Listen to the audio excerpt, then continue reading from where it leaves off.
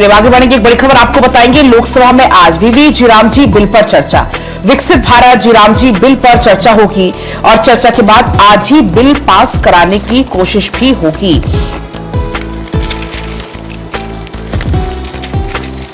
और एक और बड़ी खबर आपको बता दें,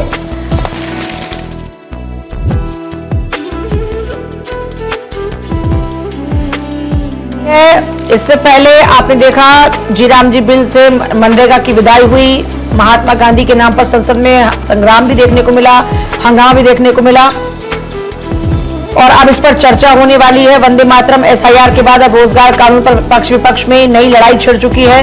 केंद्र सरकार ने लोकसभा में मंगलवार को विकसित भारत गारंटी फॉर रोजगार एंड आजीविका मिशन ग्रामीण बिल 2025 पेश किया। कृषि ग्रामीण विकास मंत्री शिवराज सिंह चौहान ने इसे 20 साल पुराने मनरेगा कानून का आधुनिक विकल्प बताया, ग्रामीण विकास के लिए संरचनात्मक सुधार करार दिया। जबकि कांग्रेस समेत विपक्षी दलों ने इसे महात्मा गांधी का नाम हटाने, राज्यों पर बोझ बढ़ाने और रोजगार गारंटी को कमजोर करने की कोशिश बताते हुए तीखा विरोध किया। गांधी की तस्वीरें लेकर वेल में पहुंचे विपक्षी सदस्यों ने हंगामा किया और संसदीय समिति को बिल भेजने की मांग कर रहे थे। तब था कि इतना बड़ा बदलाव गहन जांच व्यापक सहमति के बगैर नहीं होना चाहिए। बिल पर विशेष चर्चा अब होने जा रही है। इससे पहले लोकसभा में बिल पेश करते हुए शिवराज सिंह चौहान ने कहा कि बापू हमारे दिल में है, सरकार उनके सिद्धांतों में विश्वास रखती है और इसे जमीन पर उतारती भी है।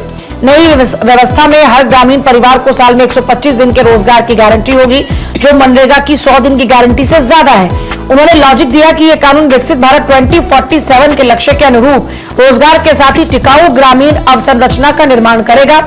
पानी से जुड़े कार्य, गांव की आधारभूत संरचना, रोजगार आधारित ढांचा, बाढ़ और की मार से निपटना इसकी प्राथमिकता होगी।